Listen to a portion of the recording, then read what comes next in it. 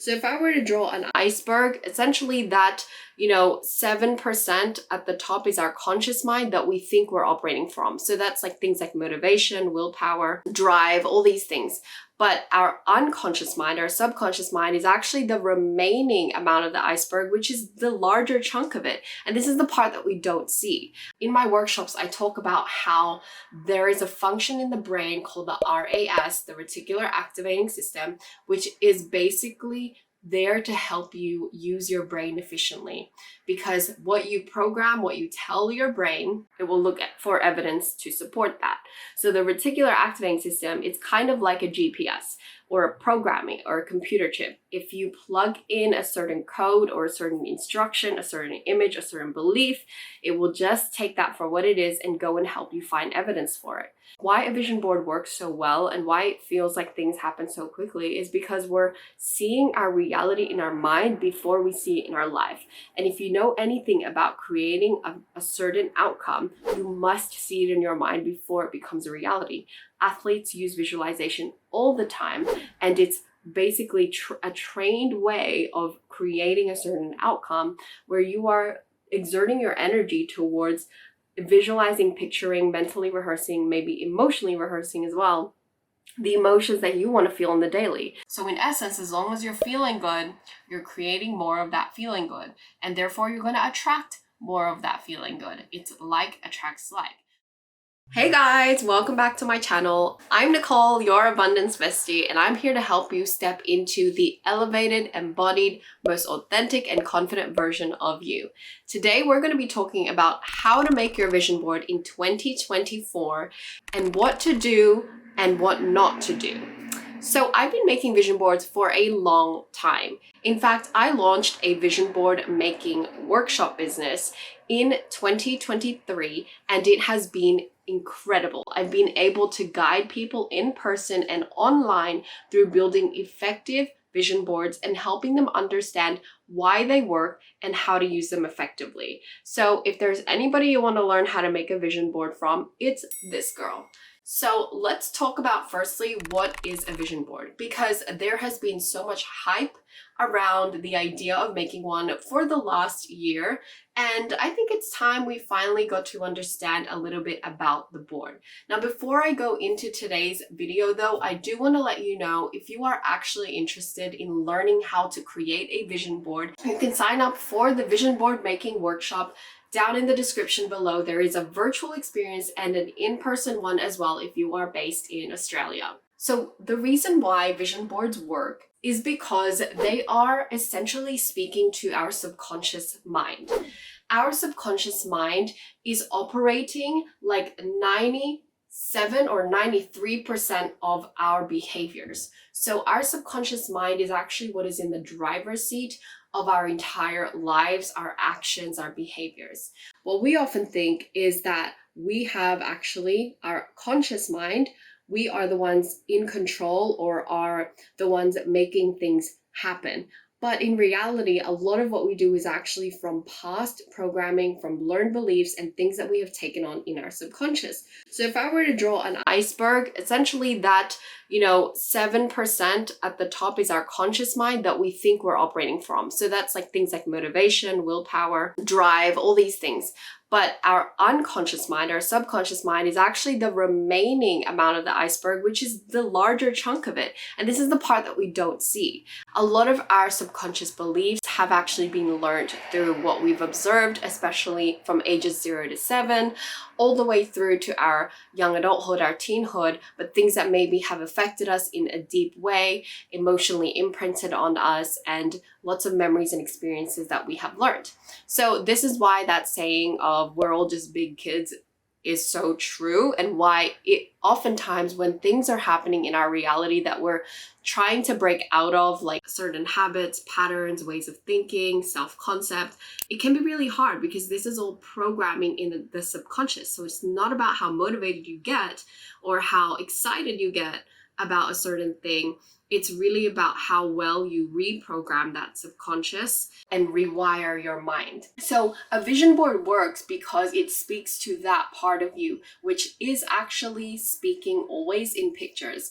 Our subconscious mind understands and absorbs knowledge through images. And so when you have a vision board, you're essentially speaking its language. And through repetitive exposure and through emotional connection, you're able to slowly shift your subconscious to focus on things that you want it to focus on rather than what you don't.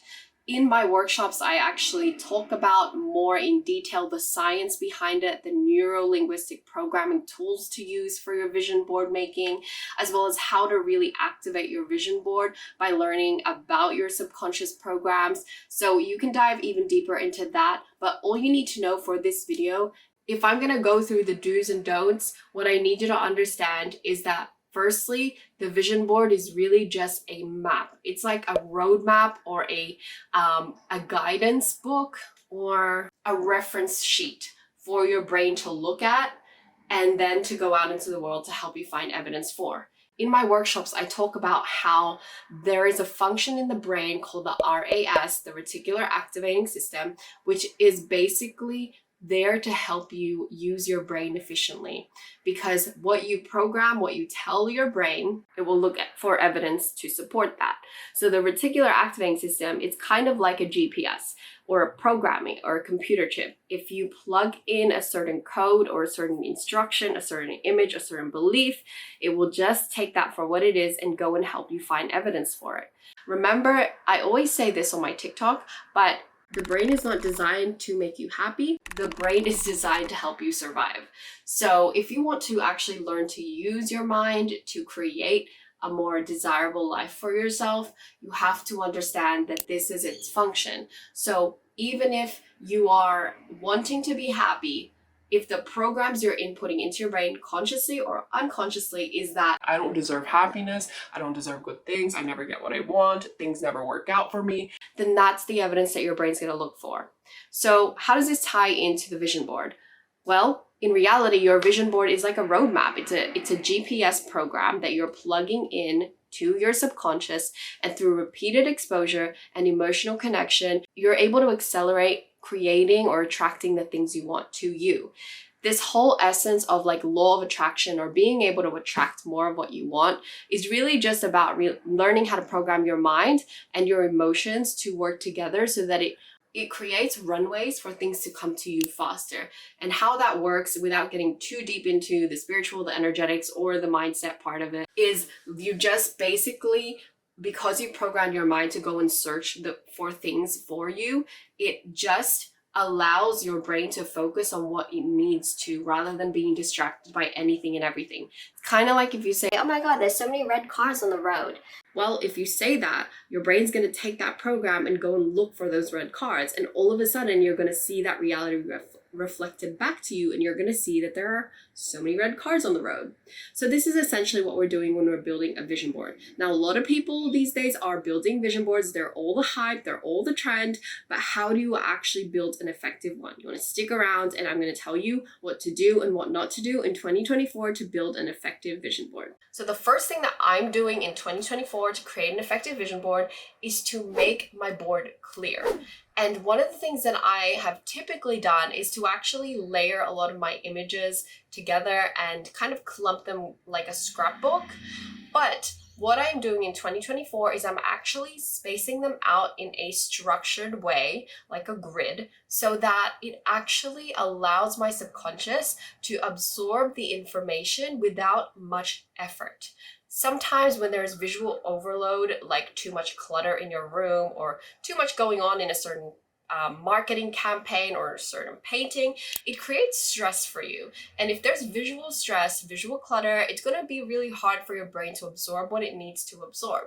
So what I'm going to be doing in 2024 is to stop with the scrapbook vibe and actually do a grid-like vibe, which allows my brain to look at it and process it very quickly and very efficiently with very little effort. One thing that you don't want to do is create a vision board that's sort of like just too much. You know, it's important to be selective with your images and to not just put them wherever, but to put them on the page with intention. So what some people like to do is to actually section their boards off, and I'll talk about this a little bit later with another point I'm going to make. But what the biggest takeaway is to avoid actually layering way too much on. It's okay to have a few things that, a few words here and there, but if you've just got way too many words, images, sometimes it takes away from the experience of actually receiving what you need to receive from your board every time you look at it, because there's just too much going on. The second do that I want to give you is to make sure that there are clear associations to the images you're putting on. What this basically means is when you put down an image on your board, you want to make sure that that image actually emotionally creates a response for you. So this is why I always say to my students at my workshops, please do not put like a generic image of somebody else from a magazine or from Pinterest if it does not create an emotional connection for you. What I like to do as well is if I don't have an image of myself in that setting, or I can't be bothered photoshopping it or whatever, I literally just look at that image that I'm about to put on, even if it's a generic one, and I emotionally charge it. And emotionally charging is what we do all the time with possessions that have sentimental value. For example, you went to see a show with someone you love, and it was the first date, let's say, and now they're your husband. When you look at that ticket, you've emotionally charged it because there's so much memories and emotions associated to this ticket. Now, every time when you look at it, you just feel good. This is what we do all the time when we collect sentimental things. And so basically with your image that you're putting on your board, even if it's a stock image, take the time to just pre-charge that image with the emotions that you wish to feel, as well as the vision attached to it. Keeping in mind that your vision is going to be very unique to you. So you want to make sure that when you put it on that board, it actually makes you clearly connect to your vision and that you're able to receive from it, rather than kind of like getting that feeling of like looking at the board and seeing, oh, that's nice, and not really feeling like it's possible and available for you. Point number 3 is you do want to place your vision board in a place where you will see it consistently. This also goes to say that it's important to make the scale of your vision board quite large. I used to have a vision board that was half the size of the one that I have now, and it was not as effective as what I use currently. And this is because the scale of the images allows me to not just see it from afar, but also to actually feel into it so much more deeply.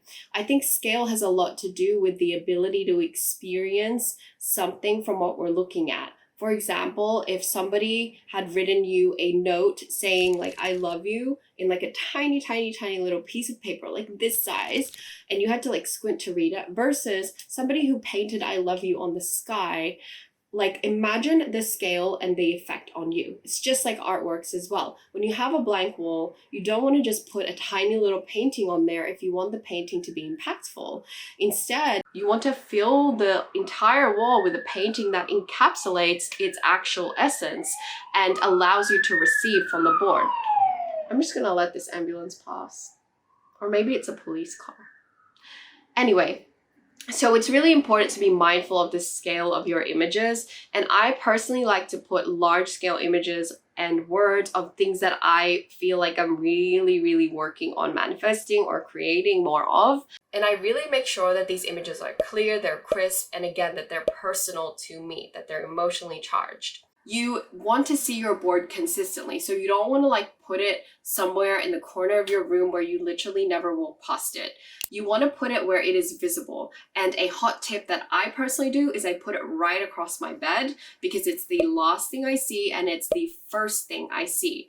I think it's so powerful when you take the time to actually understand how the brain works, because then you can hack your own brain, right? You're most prone to receiving information when you are in this brainwave state where you are between basically the sleepy state and the semi-alert state. This is when you're kind of like slowly waking up in the morning. or when you are slowly falling asleep. It's kind of like that beautiful brainwave state that just feels so relaxing. And this is the perfect state to actually receive downloads and receive information, and to also program and reprogram your mind. This is where hypnosis works, because it gets you into that brainwave state. But it's also why if you're like semi falling asleep and you're listening to a certain song, or your alarm is going off while you're in that semi-awake, semi-asleep state, why it gets stuck in your head all day. This is a powerful kind of window to be absorbing your vision board in. And I've even heard of people kind of playing audio tracks or things like that, like self-help affirmations in like the waking up or going to sleep stage, because this is so effective. So if you have your vision board right in front of you, you can kind of like just stare at it and feel into it before you go to bed, and it's the first thing you see in the morning. It's such a great hack, and I highly recommend doing that if you want to really work with your vision board in 2024. Another thing that people do is put it on their phones and wallpapers. I personally don't do this myself, but I wouldn't not recommend it either. I think it's a great way to expose yourself to your vision board more frequently, because you are on your phone and your laptop quite a lot. Although the con about this is that you're not really intentionally looking at it, which is a huge part of really activating your vision board. So it is good because it is unconscious. It's kind of like my mom used to put Bible verses behind the toilet doors. I don't know if anybody else's Filipino mom did this, but I swear those Bible verses like stuck with me for life. And it's those things that kind of just unconsciously infiltrate our subconscious, and they stay with us. So there's no reason why you couldn't try it. Highly recommend doing it if you've never tried it before, and see how it works for you. Number 4, do address your limiting beliefs by changing generic statements and quotes on your board to personalized affirmations. So how you're going to do this is you're going to take any limiting belief that you have and actually flip it and turn it into a positive affirmation. So an example is, I never have enough money. This might be something that you've said for a long time, that you maybe believe about how money behaves in your life. And now, to turn it into a personalized affirmation, you want to say, I always have more than enough money. Or something like, money always supports me. There is always enough for me to use. So these are kind of flipped versions of this negative belief about money. And it is personal to me because it's a personal thing that I always say. So the reason why this works so much better than just some generic quote you found on Pinterest or Tumblr or whatever, do people even use Tumblr these days? Is because it has an emotional connection to you. It is something that is familiar to your brain, and it probably also has an emotional charge as well. Meaning, if emotions are just energy in motion and everything is energy, then by law, universal laws, particularly law of attraction, which is what the vision board really helps to assist you operating with when it comes to the universal laws, then you want to tap into the right emotions that have you vibrating at the frequencies of the realities that you want, which are often good feeling realities. So in essence, as long as you're feeling good, you're creating more of that feeling good, and therefore you're going to attract more of that feeling good. It's like attracts like. So if you are able to turn something that vibrates at a low frequency and you can flip it to an affirmation that vibrates at a high frequency, aka it gets you into a positive emotion, a very high vibe, a very expansive state, then you're going to be able to feel that state more often and therefore attract more of that reality into your life. If you want to know more about universal laws and all these kind of things on the quantum side of things, you can definitely check out my podcast. I have a private podcast section where I dive into universal laws called the Flow State Mastery, and it's in my Freedom in Flow podcast. All you need to do is check out the podcast itself, and you can see the private episodes there and subscribe so you can access the specific series and episode topics that are to do with quantum, universal laws, manifesting, abundance, and all these things. Secondly, if you are actually someone who resonates with the money topics that I'm talking about, I do have a free workshop called Money Liberation, and it is a workshop that has changed so many lives to date because it has shown people how to be liberated in their money stories, money narratives, money wounds, and money blocks. And it's really a workshop that I built for myself because I was working through a lot of scarcity in my own life and I wanted to move through it. And now so many people have come back with raving testimonials of how this workshop has really blown their minds and changed their relationship with money forever. So definitely check that out. I'll link it all in the details below. Continuing on, do have a clear vision for every area of your life. What I see a lot of people doing is mixing a lot of the kind of topics and categories of life and kind of blending your goals and vision for each of them. So I see people kind of having like a house goal, like a living situation goal, and then they were also tying that to a financial goal. What I would highly recommend in 2024 is to actually segment them, because where you live is a very different area to a very different category to your relationship with money, because perhaps your relationship with money is a whole other journey you need to go on, and where you live is going to be a byproduct of that. So what I always recommend is for the different categories of your life, which in the vision board workshop I actually provide for you a breakdown of the categories that you want to do for your vision board building. And in those categories, you segment and create an actual series of images, words that are associated to your vision for that area of your life. So take that example. If you want to live in a certain area, for example, it's by the beach, you want a house that has tall ceilings and glass windows top to floor, and you want to be able to watch the sunrise from the right side and watch it set on the left side, like whatever your specifics are, I want you to create a really clear image of that, including things like, depending on what kind of manifestor you are, you can definitely go down into this if you look at your human design. But if you're just kind of just trying to get specific, add in every little detail. What are the finishes of your doorknobs? What are the kind of windows that you have and the shapes of your doorways? What textures are in your house? Like, have all the specifics for where you are living, even expand to your neighborhood. What is your street name called? Where is it on the map? What are your neighbors like? What's the local coffee shop that you get coffee from every single day? Create a whole ass vision for that category of life. And even though it will require X amount of money to create that vision, money is in fact a separate area. And so your vision for your money and your finances might look very different. It might be, for that category of your board, it's money flows to me effortlessly. I don't need to work 40, 50 hours a week at my current job in order to make money. I create money online doing social media. I get paid through XYZ business offerings that I offer people, right?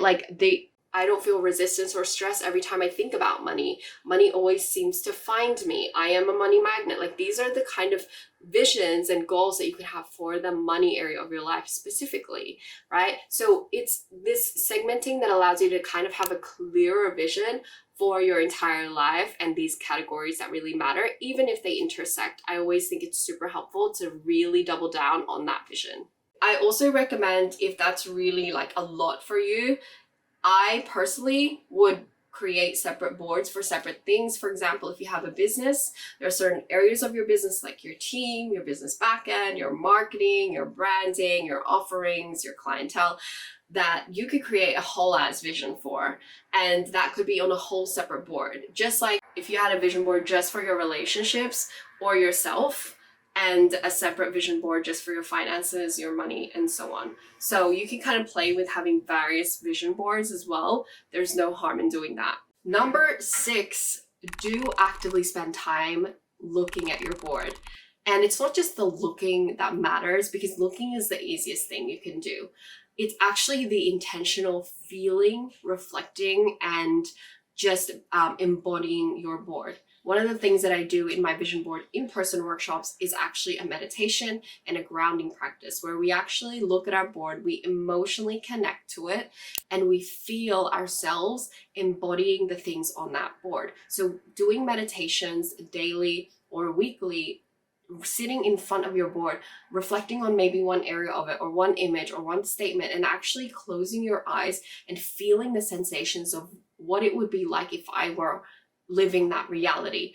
That is a huge, huge practice for you, because not only does it get you emotionally exposed and practicing or mentally rehearsing your dream reality, you're also basically programming your mind, body, and emotions to live in it ahead of time. Why a vision board works so well and why it feels like things happen so quickly is because we're seeing our reality in our mind before we see it in our life.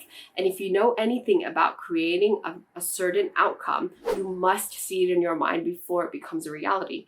Athletes use visualization all the time, and it's basically a trained way of creating a certain outcome where you are exerting your energy towards visualizing, picturing, mentally rehearsing, maybe emotionally rehearsing as well, the emotions that you want to feel in the daily. So even though your reality, your external reality right now might not call for a lot of joy or happiness or abundance, you can practice with your eyes closed and with your vision board in mind, rehearsing those feelings of having a life full of gratitude, things to be grateful for, things to celebrate, things to appreciate, even if your current reality doesn't look like it. Because the more that you rehearse that mentally and emotionally, your body attunes to that and helps you find more pathways that bring those experiences to you.